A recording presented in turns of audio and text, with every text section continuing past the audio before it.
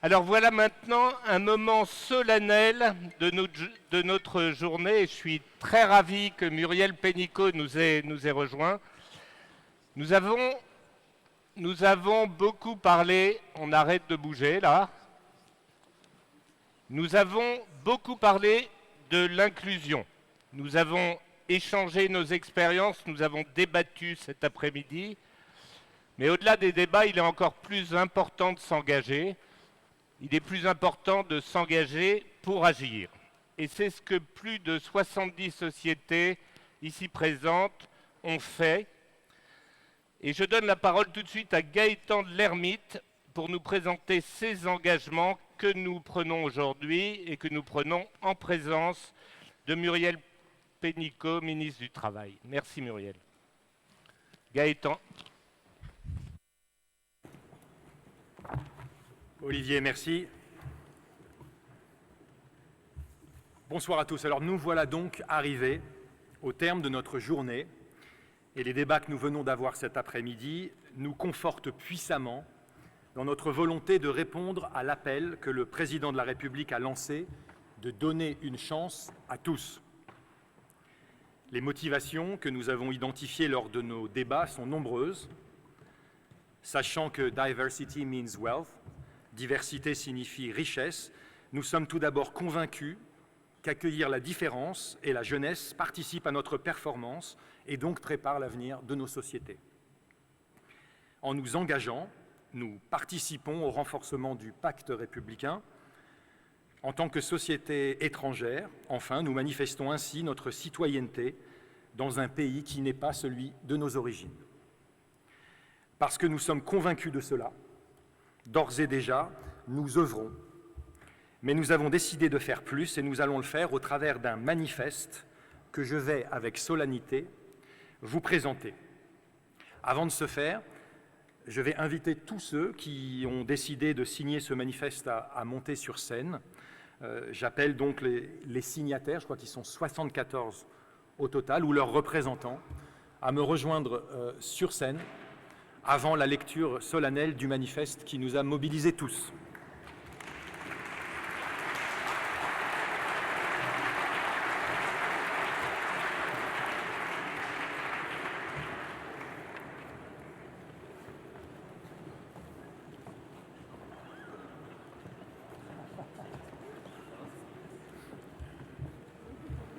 Alors les logos des signataires s'affichent sur l'écran. Compte tenu du nombre, nous avons choisi de ne pas vous lire par l'inventaire les sociétés signataires. Oui, c'est ça, parce que je prends la parole après vous. Pas de problème. OK.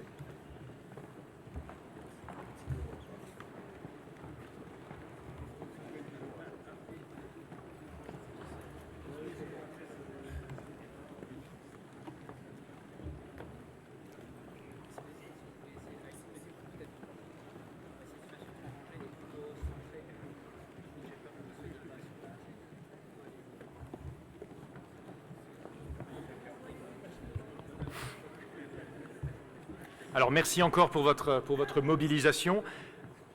Je me permets de prendre une initiative. Il ne manque plus qu'un élément, finalement, pour que notre collectif soit au grand complet.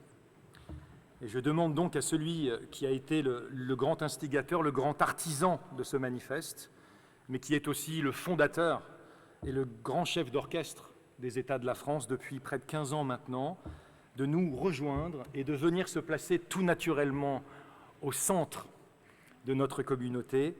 J'ai nommé, cher Denis Zervoudaki. Cher Denis, merci de nous faire la joie et l'honneur de nous rejoindre.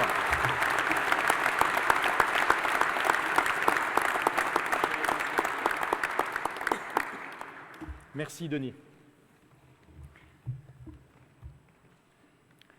Nous tous, ici, présidons aux destinées de filiales de multinationales aux capitaux étrangers installés en France, où nous employons collectivement plus de 220 000 salariés et réalisons près de 100 milliards d'euros de chiffre d'affaires.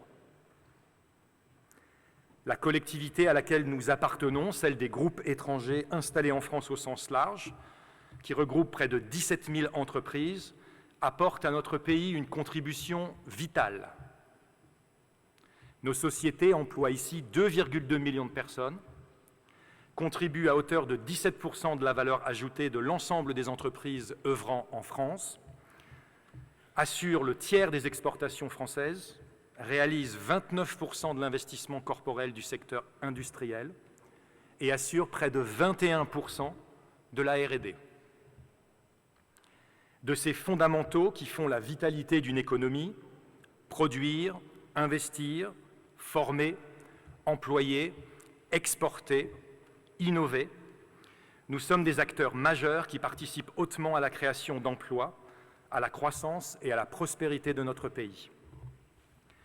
Mais il en est aujourd'hui une autre que nous souhaitons avec solennité manifester, celle consistant à nous engager puissamment pour favoriser l'inclusion de la jeunesse, issue des quartiers populaires et des territoires ruraux, des milieux sociaux défavorisés et de ceux qui sont venus d'ailleurs. Nous partageons tous ici le constat du président de la République, selon lequel quelque chose ne va pas quant à mérite équivalent, selon l'endroit, la famille, la couleur de peau ou le patronyme, on n'a pas les mêmes chances d'accès à l'emploi. Tous ici, nous avons décidé de répondre à son appel pour que notre société soit plus inclusive. Nous le faisons par conviction. Nous savons d'expérience que faciliter l'entrée dans la vie active des moins favorisés, intégrer dans nos sociétés des profils variés, créer des équipes plurielles et être à l'écoute des différences est source d'innovation et de performance.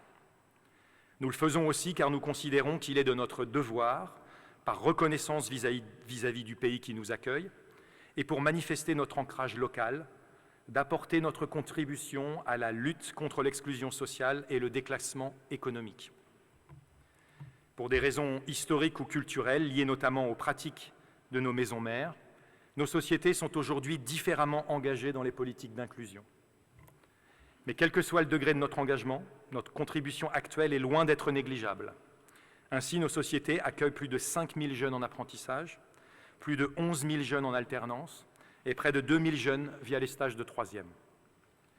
Dans un domaine où beaucoup reste à faire, tous, ici, nous prenons l'engagement de faire plus et nous fixons, pour ceux qui ne les auraient d'ores et déjà atteints, des objectifs précis. À ce titre, nous prenons l'engagement de développer les stages réservés aux élèves de troisième et attribuer 50% des stages supplémentaires à des élèves de quartiers prioritaires de la ville et des territoires ruraux, d'encourager nos entreprises à accroître le nombre de jeunes que nous accueillons en alternance et en apprentissage, et attribuer 50% de ces stages supplémentaires à des jeunes issus de milieux défavorisés et des territoires ruraux, d'accroître la diversité dans les politiques de recrutement et de promotion de carrière, et engager des actions de formation sur la non-discrimination, sur les stéréotypes et les biais inconscients. D'augmenter la part de notre taxe d'apprentissage que nous affectons au financement d'écoles spécialisées dans l'inclusion et l'insertion professionnelle de la jeunesse défavorisée. De développer des actions de parrainage en faveur des jeunes de milieux populaires pour que l'orientation, la réussite dans les études et l'insertion professionnelle ne dépendent pas des origines, mais des seuls talents. Enfin, d'intensifier le soutien que nous apportons aux associations spécialisées dans le domaine de l'inclusion de la jeunesse issue de la diversité et des quartiers prioritaires de la ville, dont beaucoup sont représentés parmi vous aujourd'hui. À ces engagements dont nous sommes prêts à rendre compte, nous souhaitons aussi, lorsque les circonstances liées notamment à la nature de nos activités s'y prêtent, apporter notre contribution à l'accueil des réfugiés et nous associer aux initiatives publiques et privées menées pour accompagner sur les chemins de l'emploi ceux qui ont fui leur pays pour faire le choix de la France. Nous sommes bien conscients que notre propre réponse à l'appel lancé par le président de la République invitant les entreprises à s'engager ne saurait suffire. Pour autant, nous la voulons exemplaire pour témoigner de la citoyenneté française de nos sociétés. Je vous remercie.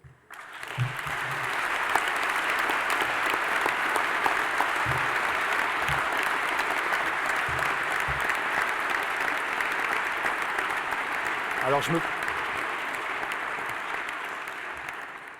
je vais me permettre une deuxième initiative.